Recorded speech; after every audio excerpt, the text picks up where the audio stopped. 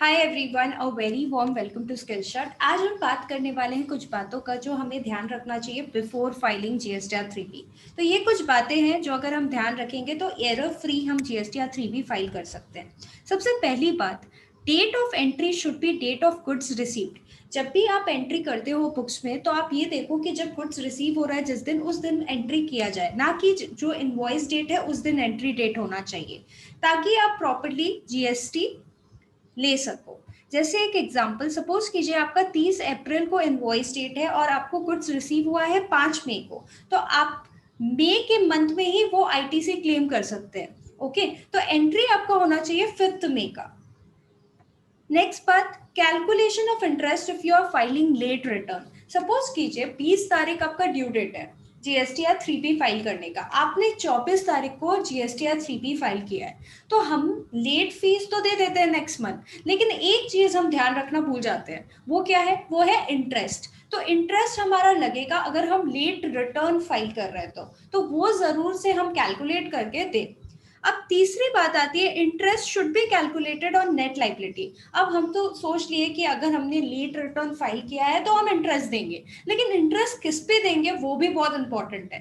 तो इंटरेस्ट कब लगेगा हमारा, देखते हैं। सपोज कीजिए हमारा आउटवर्ड टैक्स है 100 रुपया और 80 रुपया हमारा आईटीसी है और 20 रुपया हमारा कैश में पेमेंट है, तो इस केस में 20 रुपये पे इंटरेस्ट लगेगा 18% पर एनम के हिसाब से।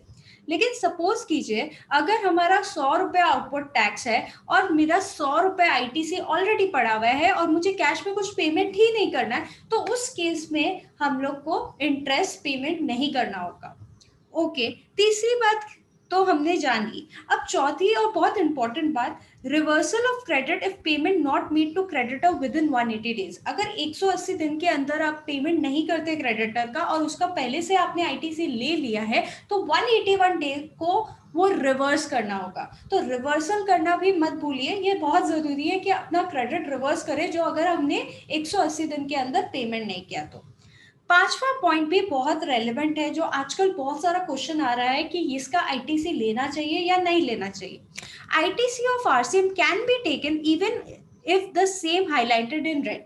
अगर आपका आईटीसी रेड हाईलाइट हो रहा है आरसीएम का, फिर भी आप ले सकते हो। जैसे मैं एक एग्जांपल देना चाहूंगी। अब यहाँ पर देखिए, ये जो आईटीसी है जो मैंने लिया है, कौन से टेबल में? टेबल 4 में एलिजिबल आईटीसी, ये रेड हाईलाइट हो रहा है। Inward supply liable to reverse charge, ये रेड हाईलाइट हो रहा है। तो क्या मैं इसका लूंगी या नहीं लूंगी? ऑब्वियसली मैं लूंगी, क्योंकि आरसीएम की लाइबिलिटी रिसिपिएंट की होती है कि वो पहले पेमेंट करे फिर उसका क्रेडिट ले।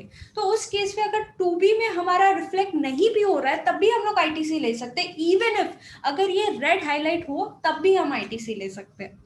तो ये बातों का आप ध्यान रख सकते हैं कि ठीक है, हम आईटीसी ले सकते हैं।